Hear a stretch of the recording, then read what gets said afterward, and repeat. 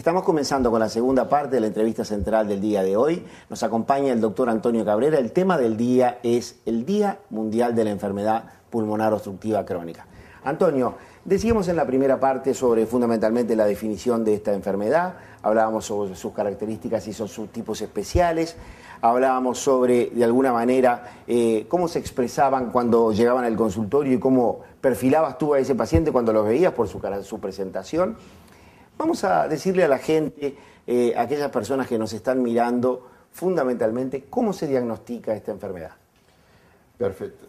Antes, si me permitís, sí, cómo no, nos gustaría charlar un temita sobre...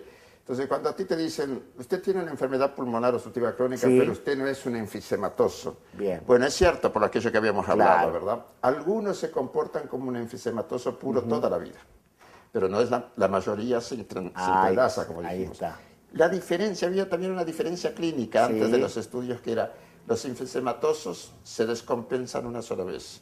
Los bronquíticos, como que el médico podía trabajar más con eso, lograr más cosas, ¿verdad? Porque se descompensaban y uno por infección generalmente uno lograba volver a ponerlos en forma de una vida adecuada. Pero, en definitiva, no es muy importante que el paciente se preocupe por ver cuál de las dos tiene. Bien. Lo importante es que el paciente se preocupe por saber que sí la tiene y que acate de ahí en más todo lo que se le dice. Bien, eso creo que es una aclaración muy importante. Claro.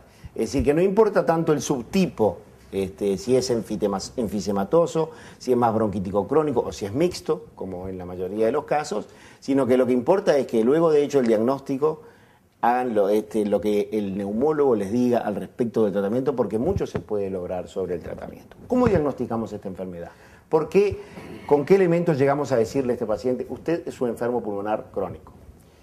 Bueno, como toda enfermedad, el primer paso es clínico, ¿verdad? Tú tenés un paciente que llega a la consulta y puede ser un tosedor. Bien. Persona que consulta porque tose fundamentalmente en la mañana y en la noche, a veces con expectoración, a veces sin expectoración. Bien. Eso no es definitivo, lo importante es que tose en la mañana y en la noche. Hay algunos plazos, bueno, se dice que tose en la mañana y en la noche 3 meses. 3 meses durante un año. Ahí está. Pero yo lo acepto con que tosa, una persona que tose sin causa de otro... Y tose generalmente en la mañana y en la noche, que es cuando al acostarse o levantarse se produce el toilet bronquial, o sea, la limpieza bronquial. Y ahí como que los bronquios se están quejando de que algo anda mal. Ahí está. También la consulta puede ser por falta de aire. Claro. El individuo dice que al realizar esfuerzos, esfuerzos comunes, tiene la sensación como que le aprieta el pecho, o que no le entra el aire, o que no le alcanza el aire que le entra, porque las tres son sinónimos de falta de aire. Es verdad. Tengo una sensación de aprieto en el pecho, es porque le falta. Que a diferencia de la falta de aire cardíaca, este individuo acostado recto no le pasa nada. El cardíaco no se puede acostar. Le falta el aire acostado. Exacto, le falta cuando se acuesta. Antonio, es muy común que el individuo empiece a percibir cuando, por ejemplo, va a subir una escalera y ya le cuesta. Claro, siempre se empieza a percibir esfuerzos. Exacto. Y lo importante que nos gustaría decirle a los dos, a la gente que creo por eso me hiciste la pregunta, ¿verdad? Claro. Es que al mínimo cambio que tú tengas para hacer alguna actividad que era normal en tu vida, no le achaques ni a que estás gordo, ni a que te vinieron los años. Exacto. Anda al médico. Eso es muy importante. Sobre todo si el hombre fuma. ¿Verdad? Que sobre eso vamos a hablar. Entonces teníamos la falta de aire, teníamos la tos. En algunos momentos también podríamos tener sensaciones como de mareo. Bien. Es decir, sobre todo para aquellos bronquíticos crónicos. Los individuos frente a una tos que antes no les hacían, sienten una sensación de mareo o una sensación como que algo les aumenta la presión en la cabeza. Bien. Frente a esos síntomas y al examen clínico donde uno puede escuchar roncos, ruidos en el tórax, o ver ruido a catarros, ruido a gemidos, a roncos, o a la percusión hipersonora, disminución de las vibraciones. Frente a ese enfermo, que si además es un fumador. Exacto. Bueno, el primer planteo es que sea portador de una enfermedad pulmonar obstructiva crónica. ¿Qué estudios paraclínicos, qué estudios fuera del examen clínico que tú lo definiste muy claramente, le vamos a solicitar para confirmar la enfermedad? Ahí está. Eso es una pregunta muy interesante, Henry, porque la gente siempre tiene como una inquietud por qué exámenes le van a hacer. Exactamente. Lo más importante es la clínica, Sin ¿verdad? duda. El examen, con interrogarlo, Ahí examinarlo. está. Y después los exámenes. El examen Princeps para determinar cuando uno sospecha esta persona puede tenerlo Bien. es el funcional respiratorio. Bien. El funcional respiratorio, del cual tú sos el Sí, experto, sí.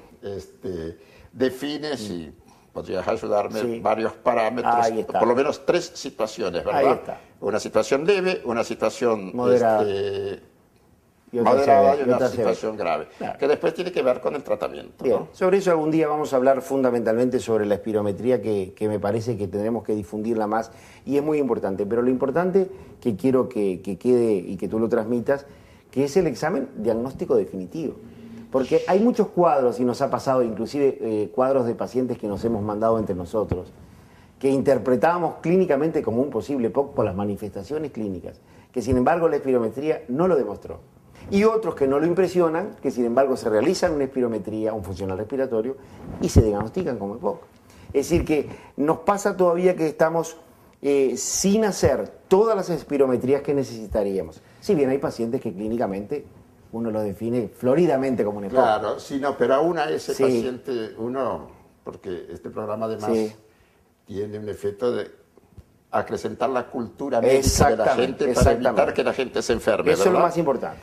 Entonces yo creo que toda persona que Sí. sepa que tiene esta enfermedad, Sí. el EPOC, Sí. o que su familiar tiene el EPOC, Ahí está. debe hablar con su médico para que en forma periódica Bien. tener una espirometría. Bien, Porque lamentablemente es una enfermedad crónica sí. y es una enfermedad progresiva. exactamente. Y en determinados momentos de la enfermedad uno va a tomar conductas muy drásticas Es y verdad. muy serias. Y bueno, y tiene que tener las espirometrías para que esto sea justo, ¿verdad? Bien. La espirometría entonces es el examen Fundamental. oro, la regla de oro Ahí de esta está, enfermedad. de esta enfermedad. Yo diría que en la actualidad no se puede manejar enfermos con enfermedad pulmonar obstructiva crónica sin tener espirometrías. Compartido. Y no una, Claro. poder tener espirometrías que el Más médico o menos, decidirá más o menos. si son anuales, si son Ahí, mensuales o si exacto. son cada 10 años. Pero Exactamente. el médico lo va a decidir, pero tiene que tenerlas. Exactamente. Después tenemos los exámenes de imagen. Eso. La radiografía. La radiografía de tórax o la tomografía sea computarizada, Sí. ya sea la helicoidal o la con resonancia, no son primordiales en el diagnóstico del Bien. EPOC. Deben hacerse. Bien. ¿Por qué? Porque la enfermedad pulmonar obstructiva crónica puede coexistir con otras enfermedades, Perfecto. como el cáncer, como el neumotórax, Ahí está. como las bullas gigantes Gigantes. y otras tantas. Muy bien. Entonces uno lo debe hacer para, sobre todo, asegurarse de que no hay una enfermedad concomitante, Bien. que no le quite igual el rótulo de EPOC, Sin duda. pero que sí cambia mucho lo que vas a hacer con tu paciente, ¿verdad? Perfecto. Entonces, en segundo lugar, entonces, la imagenología. Bien. La imagenología que es para esto, Exacto. para esta cosa, no es para el diagnóstico. Bien. El diagnóstico es el funcional respiratorio. Bien. Si no tenemos un enfermo con clínica y funcional respiratorio, no está correctamente diagnosticado. Muy bien. Después tendríamos el hemograma. El hemograma es muy importante, no tanto en el enfermo de entrada, sino en el enfermo ya evolucionado. Porque nosotros vemos que este enfermo, como sufre de hipoxia, y eso Ahí quiere está. decir, él tiene menos oxígeno Claro. que lo que necesita en sangre. Eso Ahí quiere decir está. hipoxia.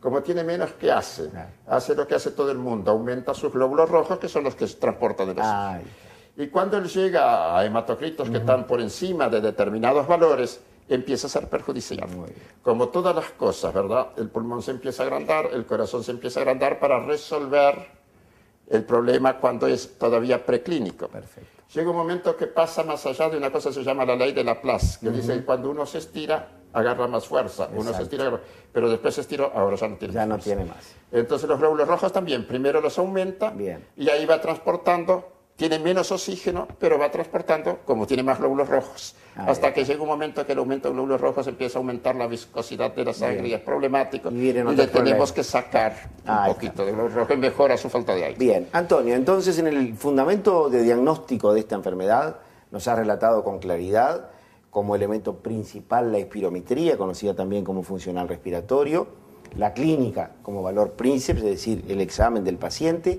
la radiografía también en su evaluación y elementos hematimétricos que pueden aparecer en el examen de sangre como el aumento de los glóbulos rojos.